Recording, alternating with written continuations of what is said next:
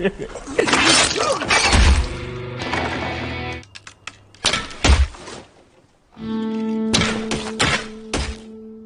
gengs, welcome back to my channel. Berjumpa lagi bersama saya Mamang R. Bagaimana? Puasa kalian masih aman? Baguslah. Untuk menemani ngabuburit kalian, saya akan mereview sekaligus membahas film Demon City tahun 2025 yang merupakan film Jepang diadaptasi berdasarkan serial manga berjudul Onigoroshi karya Masamichi Kawabe. Di mana film ini akan mengisahkan seorang pembunuh bayaran kejam yang ingin insaf dikarenakan bulan Ramadan. Namun setelah menjalankan misi terakhir, dirinya mendapati keluarga kecilnya tersebut dibantai oleh salah satu organisasi. Sehingga pembunuh bayaran itu tak jadi tobat, malah lebih brutal membalas dendam kepada mereka. Oke lah, daripada banyak bacot di awal, mending langsung saja ke pembahasannya. Tetapi jika kalian suka dengan video yang saya bagikan, tekan tombol subscribe agar tidak ketinggalan video menarik lainnya dari channel ini. Jika sudah, yuk gaskeun.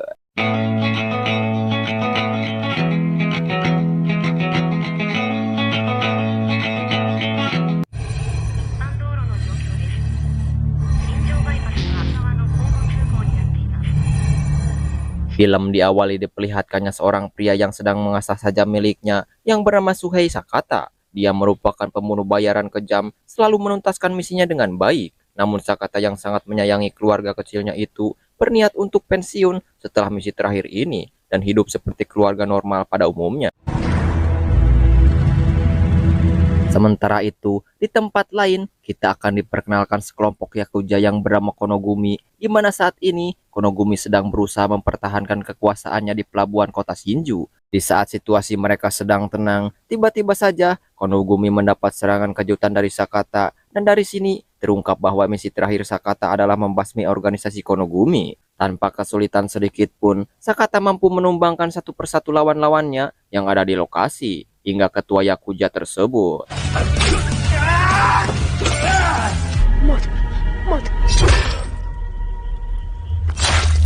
Setelah menyelesaikan misinya, Sakata sempat bertemu dengan teman kerjanya yang bernama Puji. Di sini Puji menyayangkan keputusan Sakata yang pensiun sebagai pembunuh bayaran sebab dirinya mempunyai potensi yang menjanjikan sebagai seorang assassin. Namun Sakata yang tak mau keluarganya menjadi sasaran para musuhnya, ia pun memilih hidup sebagai orang biasa. Akan tetapi keesokan harinya, rumah Sakata disusupi oleh kelompok Yakuza bertopeng yang bernama Kimengumi, di mana mereka ini adalah musuh bebuyutan Konogumi yang sudah Sakata basmi sebelumnya. Kedatangan Kimengumi ke rumah Sakata untuk mengucapkan terima kasih kepada Sakata karena telah membasmi saingannya. Namun alih-alih memberi Sakata hadiah, malah ketua Kimengumi memerintahkan anak buahnya untuk menghabisi istri dan juga anaknya.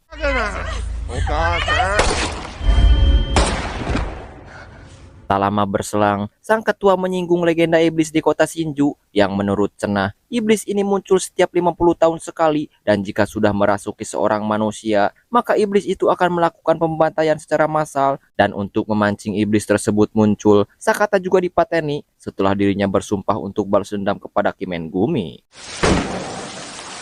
Karena manipulasi Kimengumi, media mengabarkan jika Sakata telah melakukan pembunuhan terhadap istri dan juga anaknya, yang kemudian ia mendiskon umurnya sendiri. Apa yang sebenarnya terjadi dan apakah Sakata benar-benar modar? Kalem, karena film pun baru dimulai.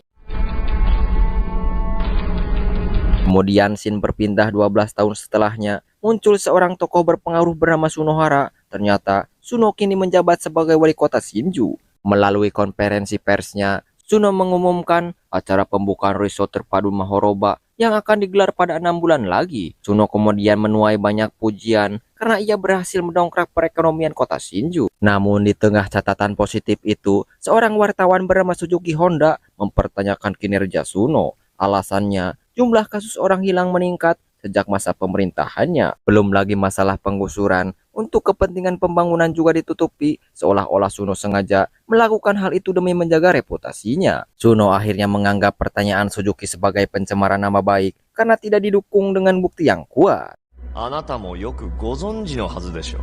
Hingga beberapa waktu kemudian, Suzuki mewawancarai seorang mantan anggota Konogumi yang bernama Yanto. Rupa-rupanya Sakata disewa Kimengumi untuk membasmi Konogumi pada 12 tahun yang lalu. Secara kebetulan, Suno mulai menjadi wali kota sejak Konogumi musnah. Apalagi kota Shinju bisa terbilang menjadi kota besar seperti saat ini berkat campur tangan dari Kimengumi. Dan ternyata Kimengumi memperkuat kekuasaannya dengan memanfaatkan uang hasil perdagangan narkoboy dan manusia. Tak lama berselang, anggota Kimengumi menyerang Suzuki dan Yanto.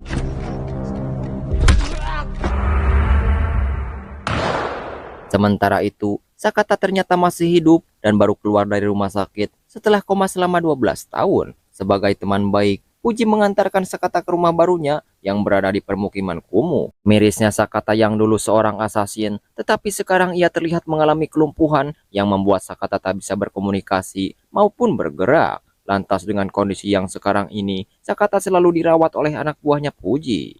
Beberapa hari kemudian, seorang mantan anggota Konogumi menikam Sakata untuk balas dendam karena dahulu Sakata telah memotong tangan orang tersebut. Anak buah Puji lalu menganggap tindakannya sia-sia sebab tubuh Sakata sudah mati rasa. Akibat penyerangan tadi, Sakata kembali dibawa ke rumah sakit dan dipindahkan ke sana untuk alasan keamanan.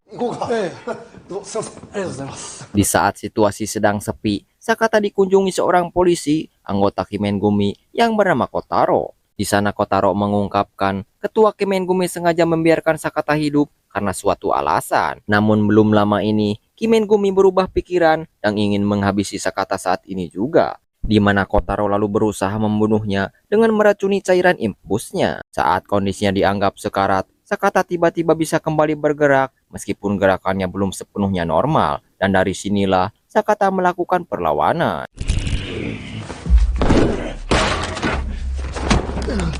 Tak lama berselang, anggota Kimengumi yang menyamar sebagai polisi datang demi melancarkan rencana Kotaro. Berkat bantuan rekannya, Kotaro berhasil membunuh polisi lain yang melihat kejadian itu. Seorang dokter yang tak sengaja melihat mereka tentu mendapat hal yang sama agar tidak mendapat masalah. Namun di momen itu, lagi-lagi Sakata bangkit kembali menyerang Kotaro sekaligus anak buahnya. Dengan titelnya dahulu seorang asasin, Sakata berhasil menghabisi mereka meskipun sangat kesulitan.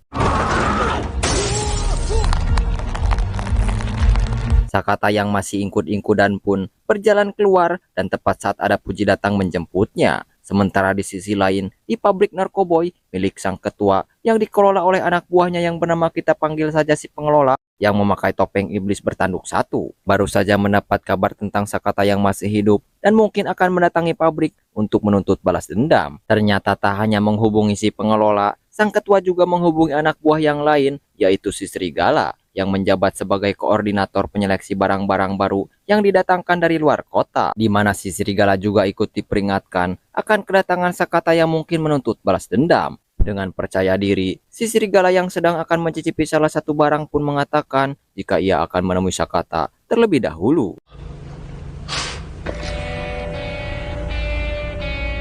Dan kita dibuat terkejut sang ketua juga menghubungi antek yang lain, yaitu Puji, teman Sakata. Dan rupa-rupanya, pembantaian keluarga Sakata 12 tahun lalu ada keterlibatan Puji yang dibayar untuk memberitahukan seluruh informasi dan identitas asli Sakata. Sehingga semua bantuan yang ia berikan selama 12 tahun ini adalah sebagai bentuk penyesalan atas kematian istri dan juga anaknya. Setelah menembak Sakata dari belakang, Puji dan anak buahnya membawa jasad Sakata ke lokasi pabrik si pengelola sesuai perintah dari sang ketua. Di mana saat mereka sudah tiba di lokasi dan jasad Sakata sudah dipastikan keasliannya, mereka pun membuang jasad Sakata ke mesin conveyor untuk dihancurkan bersama dengan sampah yang ada di sana. Dan ya, Sakata ternyata masih hidup untuk menuntut balas dendam kepada si pengelola, di mana ini semua adalah berkat bantuan Puji yang lebih berpihak kepada sahabatnya. Namun karena si pengelola terus memantau monitor CCTV, ia pun langsung menghubungi penjaga gerbang depan dan menyuruh untuk menghabisi Puji dan anak buahnya. Sementara Sakata sendiri kini sedang membrutal menghabisi semua penjaga di pabrik tersebut, sehingga inilah yang terjadi.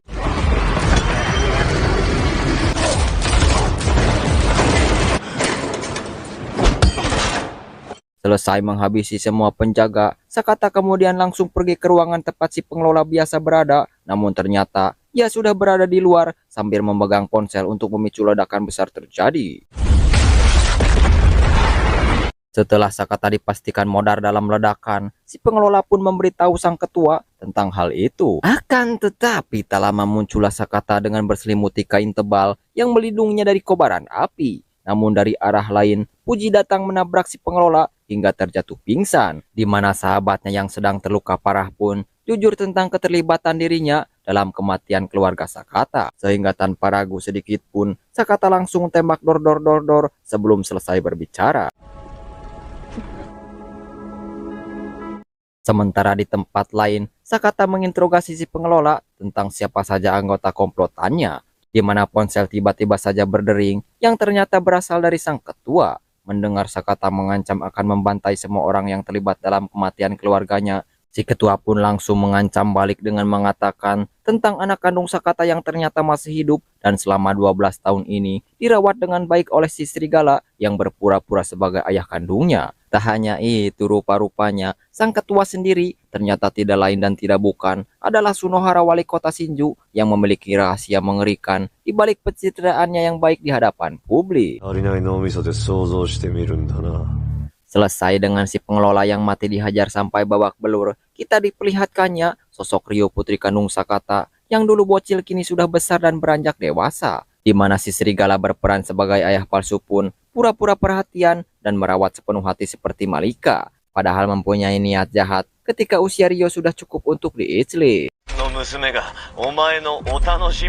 Ryo sendiri punya hobi memanah dan sudah menjuarai beberapa ajang kontes memanah se-Jawa Barat, di mana Sakata sendiri sedang mendatangi kawan lamanya, yaitu si informan, untuk mencari tahu tentang di mana alamat si serigala berada. Setelah mengetahui lokasinya, Sakata pun tak buang-buang waktu, langsung bergegas mendatangi kediaman si serigala dan menemukan foto-foto masa kecil sampai besar putri tercintanya. Yang tepat saat si serigala datang, Sakata yang marah besar pun langsung menghajarnya sampai akhirnya.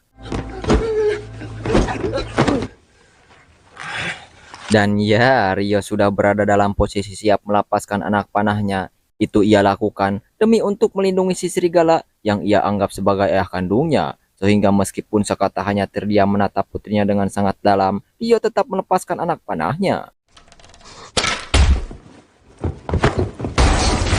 Pada malam harinya, Sakata berhasil diselamatkan oleh kawan lamanya itu. Dan tepat pada saat itu juga, Sunohara menghubungi Sakata dan meminta Sakata untuk datang ke Mahoroba jika ingin putrinya hidup lebih lama. Sebelum berangkat ke lokasi, Sakata mengambil beberapa senjata yang dulu ia gunakan sebagai pembunuh bayaran. Sesampainya di tujuan, Sakata memulai serangan usai memanfaatkan mobil sebagai pengalih perhatian. Dalam aksinya itu, Sakata dengan brutal membasmi musuh yang ada di hadapannya.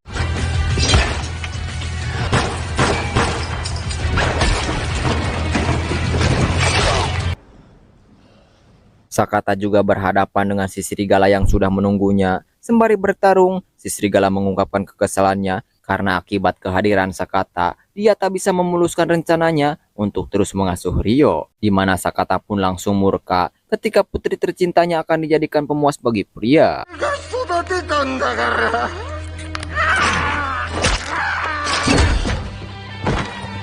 Setelah membantai si serigala bersama anak buah lainnya, Sakata langsung menuju ke ruangan Ryo berada, tetapi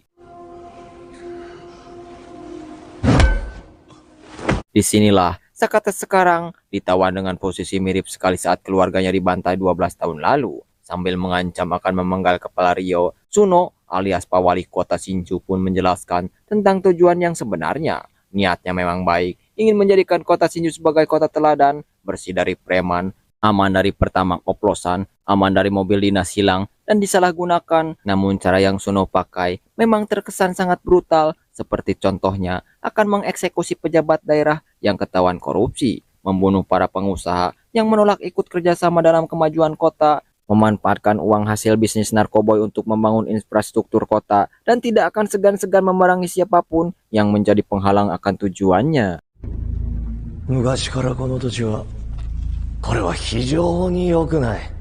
Sesuai narasi yang dijelaskan di awal film, iblis akan datang ke kota Shinju setiap 50 tahun sekali dan melakukan pembunuhan massal. Sang ketua alias wali kota percaya jika iblis yang dimaksud telah merasuki Sakata yang digadang-gadang sebagai pembunuh bayaran legenda. Sehingga selain ingin menjadikan kota Shinju sebagai kota teladan, sang ketua juga ingin menjadi orang pertama yang berhasil menghentikan iblis si pembuat kekacauan.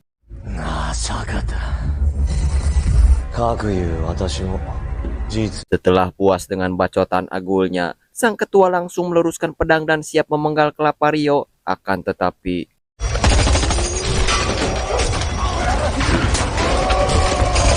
dan ya, muncullah si informan menembak secara membagong buta, di mana insiden 12 tahun lalu pun kembali terulang ketika Sakata berteriak, menyuruh putrinya untuk berlari sehingga setelah Ryo aman bersama si informan, kini Sakata lebih leluasa melakukan balas dendam yang karena kali ini lawannya adalah si iblis merah yang kemampuannya tidak seperti kroco-kroco ia hadapi sebelumnya, maka Sakata pun cukup kewalahan menghadapi si iblis merah ini.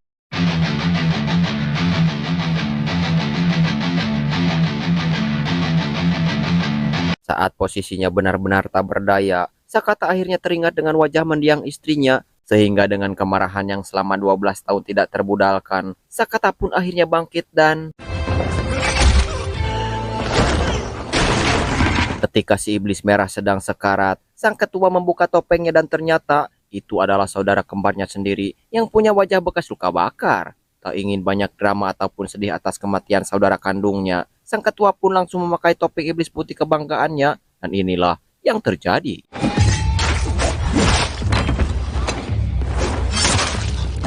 Dengan begitu mudahnya, sang ketua pun memotong tangan Sakata, bahkan Sakata banyak sekali menerima serangan fatal dari sang ketua. Namun dirinya yang sudah dirasuki iblis kota Shinju, Sakata pun mampu bertahan, malahan justru balik menyerang sang ketua.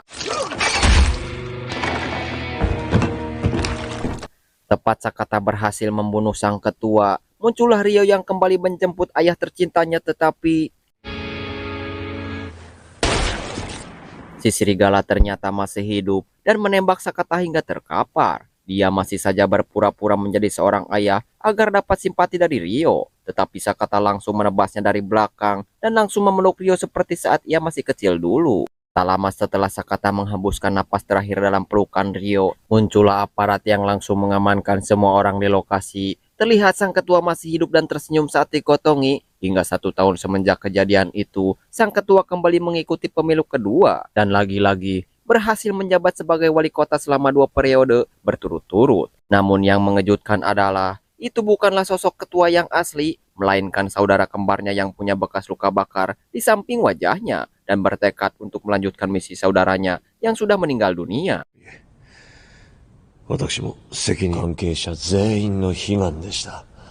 Seperti kebiasaan sang ketua yang suka mengunjungi kuil untuk melakukan ritual, si iblis merah pun melakukan hal yang sama untuk menggantikannya. Namun yang tidak dia duga adalah kemunculan Ryo yang datang menuntut balas dendam atas kematian kedua orang tuanya, sehingga tamatlah sudah riwayat si iblis merah ini. Lalu film pun berakhir. Bagaimana? Seru sekali bukan? Dan tak perlu dijelaskan lagi karena semuanya sudah jelas. Mungkin cukup sekian dari saya. Kurang lebihnya saya minta maaf. Dan jika kalian suka dengan video yang saya bagikan, tekan tombol subscribe agar saya lebih bersemangat dalam mendongeng. Saya pamit undur diri. Sampai jumpa di next video. Bye bye.